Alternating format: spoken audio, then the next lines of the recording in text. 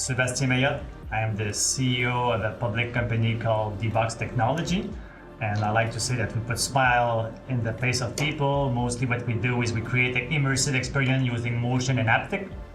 So it's like bringing all those virtual experiences to a real life event by involving the body, creating texture, vibration, and motion so people feel like the real thing. So we do that as an international company in more than 40 countries. I've been working with Radar for a little more than 2 years. So initially, I had two points of contact. So I met with Patrick McLean, the CEO, through a business group, and as well Judy Bross, that I did some recruiting a long time ago. And I'm happy to say that we're finishing our fourth mandate with Radar so far in the last 2 years. Well, yes, I would say that they're genuine, but to be relevant to what I would be saying for the recruiting industry is, of course, a lot of recruiting firms, a lot of people around the world, all the same thing, give me the credentials specifically, but what I felt that we had is first, they didn't do what we do at hunting. So for us, as we are an international company, so when we reached with them, we had I would say we had a good challenges to give them about. It was about recruiting a VP sales out of the US. We're a Canadian company. So we needed to find a Western Coast approach. We needed to find people that do tech, entertainment, startup, big organizations, a lot of things that they would be able to work remotely, but as well come to Quebec. So we needed to have someone, and we're as well playing in theatrical field, gaming field, simulation field. So a lot of things for a recruiter. So usually they say, yes, we have the network specifically, and I love to say that they arrive with 3 names, 3 candidates, but you just want to have one of them. But what I felt through that first mandate, and of course it was a trial working with them, so I knew Patrick and Jody, but you have to try it to believe it, right? As like Jody did the mandate, and I think she called 200%, but she went to all companies. Okay, Sebastien, I went to that companies. Here's the compensation bracket. Here's the level bracket we can have. So she went all to the roof to really find the key gems we could have, both from an industry perspective, a level perspective, but as well when you reach, let's say, for people at Microsoft or at Disney or things like that, and you say, you know what, you're going to be working with Dbox, $30 million of sales, and you need to attract them. So we need to have that. So that's why. For me, it was really understanding what we need, but really rolling up their sleeve and drilling down. That's what I would be drilling down on the candidate, both on the adequacy with our company, the culture, and the expertise. And I'll finish with that is on my first mandate, well, of course, with one position, and they referred me 3 person. I wanted to hire the 3 of them. And finally, I hired 2. Wow, that's amazing. So this is a long story short about this. And since then, of course, I've been giving them, I would like to say, complex assignment, which they have been fulfilling all the time. First, I think the intent of our interest is a lot of generosity. So when you have the event, people have business needs specifically, but the first thing we're seeing is they're trying to put people together around the team. Sometimes it could be different people because you want to match people differently. It could be all similar people, let's say all CEO.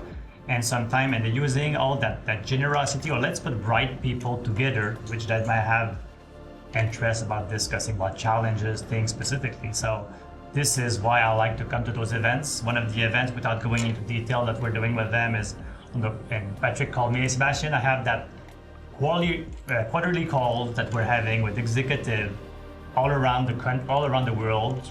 There's people from billion-dollar company, there's people in e-learning, there's people in technology, but we want to engage in a quarterly to see what are the trends around the world. So it was starting about just, especially we would be happy to be there. And for me, it's been a tremendous journey about connecting with other people, just to hear business intelligence, and sometimes directly or indirectly, you're able to have connection or help you solve a problem. So that's what I think is really interesting about those ones. Is they have a key objective, but the objective is just to put bright minds together so people would have a benefit to get a better network.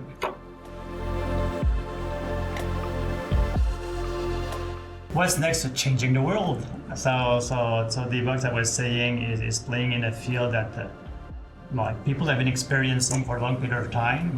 There's been visual, like the TV, the screen, etc. There's been through audio, hearing sounds. And for us, we're working on a new dimension, right? How do you involve the body so people feel more the experience being in the virtual reality experience? People know us in the theatrical industry because we're having those, people like to see seats that shake. So for us is involving the body is a sense like that the human is doing, and it's a new dimension that's going to be part of our life. It's sure for me in 20 years that you could be at home and you could be training for your license for driving, right, and being from a simulator at home. You can be doing relaxation. You can have a real concert at home and having all those strings go through your body. So what is next about V-Box is continuing to involve or that technology is more known for the storyteller, people that are creating content, and that all experiences that we have in the future are becoming there. So continuing to grow, continue to convince consumer, and as well partners that are creating those stories so they embrace the haptic, what we're calling the haptic industry, so they make better experience for the sake of consumers.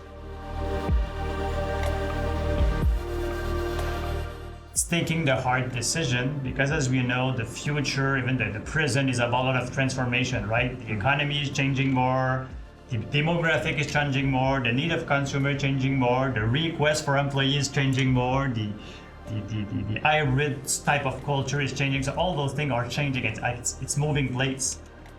But I think that the first thing that people will have is knowing that everything is going to be moving parts. Is will be able to, how do you navigate and lead your team while everything is not certain, and people like certainty. So I think that's going to be the one thing. People are going to be able to work in that great changing environment and creating clarity and vision and leadership even when there's none.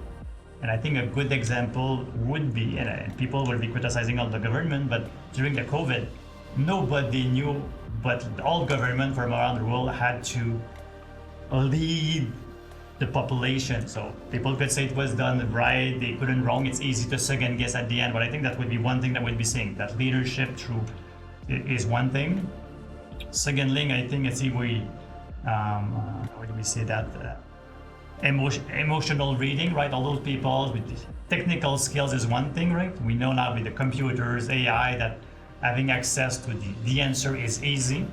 But how do you connect people together? How do you make them learn? How you make them interact? I think that emotional learning and way to lead people is going to be important.